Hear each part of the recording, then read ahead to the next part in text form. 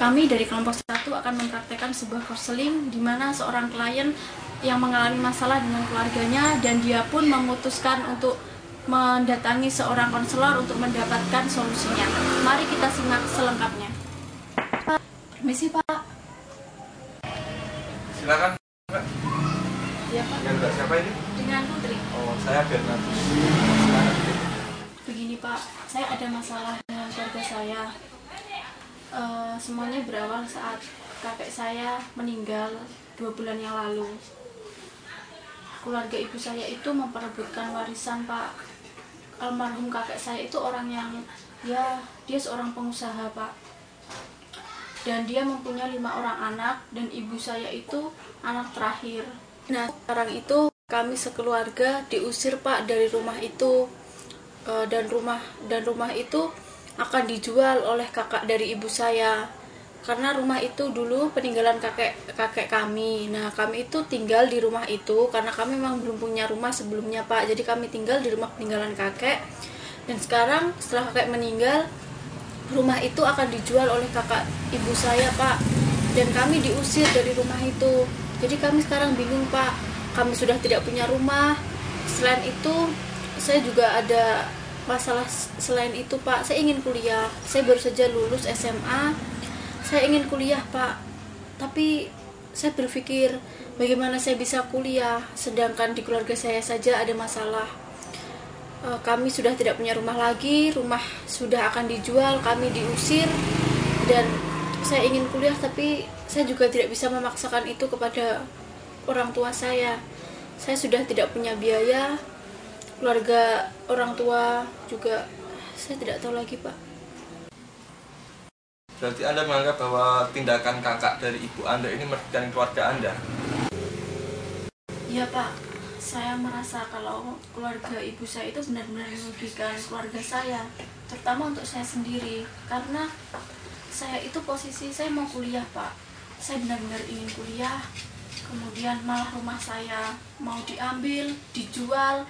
Ya, saya bingung mau gimana lagi Pak, udah nggak punya rumah. Jadi saya merasa saya sudah tidak bisa apa-apa lagi Pak. Saya mau melawan mereka, saya ini siapa? Saya tidak tahu lagi Pak harus seperti apa. Nah gitu, untuk keluarga-keluarga yang lain kan ibu kamu anak nomor? Anak terakhir Pak. Anak terakhir, berarti kan masih ada 4 ya? Iya. Masih ada 3 lagi kakaknya. Itu gimana? Setuju untuk rumah itu diserahkan ke anak nomor 1 atau bagaimana?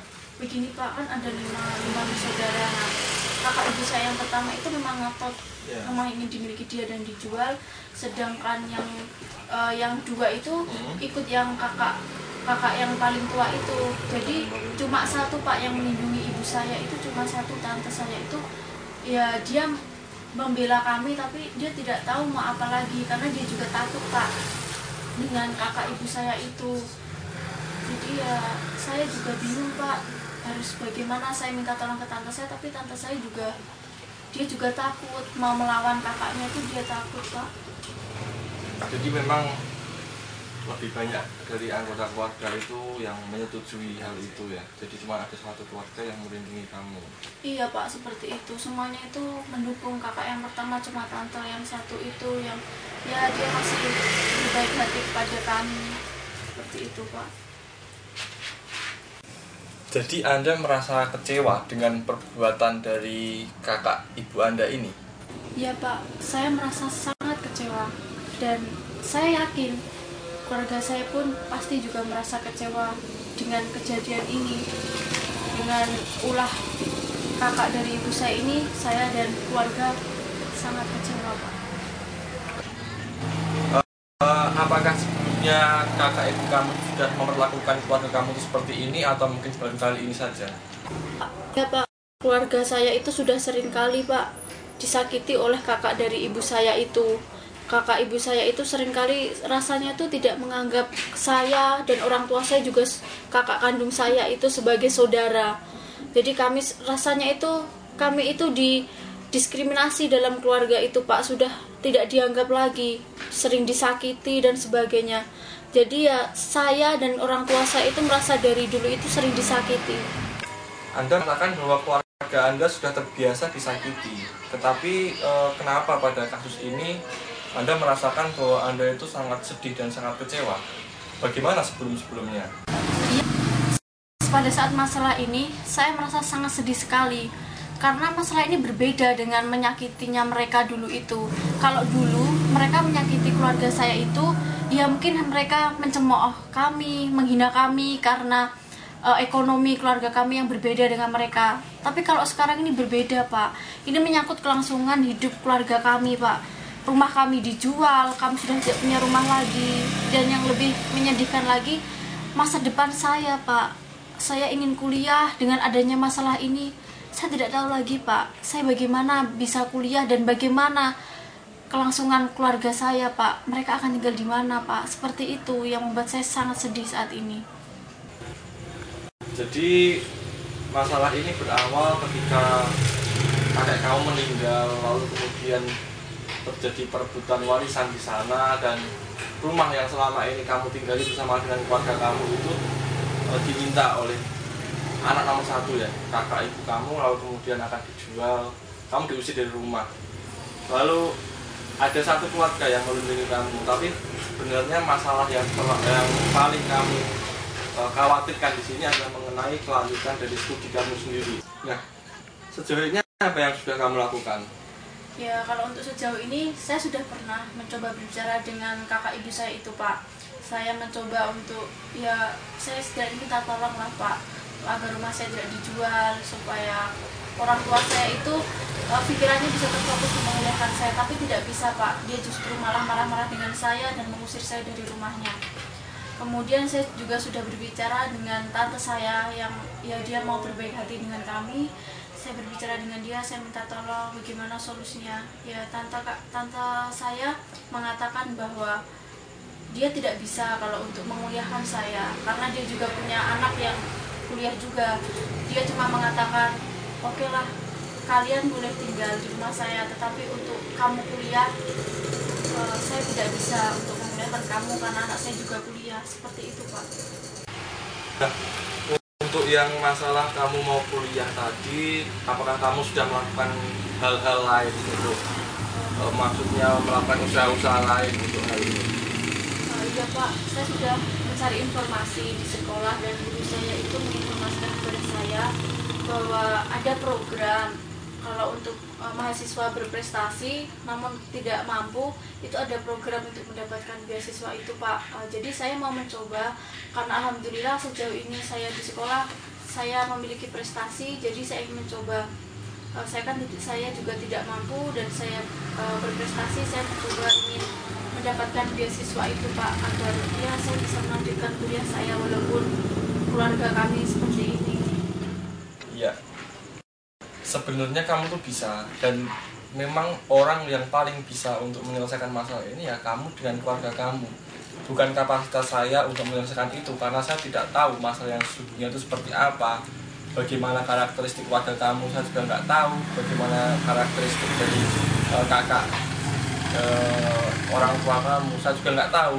Dan memang kamu yang paling bisa tuh kamu. Tapi sebenarnya saat ini mungkin ada saat dimana kamu sedang down, kamu sedang turun, mental kamu sedang turun, dan kamu ditambah lagi kekhawatiran kamu mengenai kuliah kamu, itu membuat memang seakan-akan sudah benar-benar tidak ada lagi jalan keluar. Nah, cobalah kamu mulai memberikan hal-hal yang positif, seperti halnya mengajak duduk bersama, mediasi bagaimana jalan keluar yang baik, lalu untuk memikirkan tentang beasiswa kamu, tentang prestasi kamu. Sebuah prestasi yang baik itu adalah sebenarnya adalah jalan yang diberikan oleh Tuhan, karena di mana jalan yang lain kamu sedang ditutup oleh Tuhan, jalannya kamu diusir, kamu nggak punya tempat tinggal, kamu harus numpang di tempat tante. Itu adalah di mana jalan kamu ditutup, tapi ada jalan lain yang dibuka nanti, itu adalah mengenai beasiswa kamu. Nah, kuncinya di sini adalah lakukanlah saja yang terbaik. Lakukanlah kamu sebagai seorang mahasiswa, tugas kamu apa, lakukanlah kamu sebagai seorang anak, tugas kamu apa. Jangan terlalu masuk jauh ke dalam permasalahan di keluarga kamu. Kamu masih punya keluarga yang lain, ada bapak, ibu, ajaklah mereka duduk bersama untuk merencanakan bagaimana mediasi dengan kakaknya, bagaimana mediasi dengan keluarga. Pasti kalau kita membicarakan sesuatu dengan kepala dingin dan membicarakan hal yang positif, hasilnya akan positif juga, seperti itu.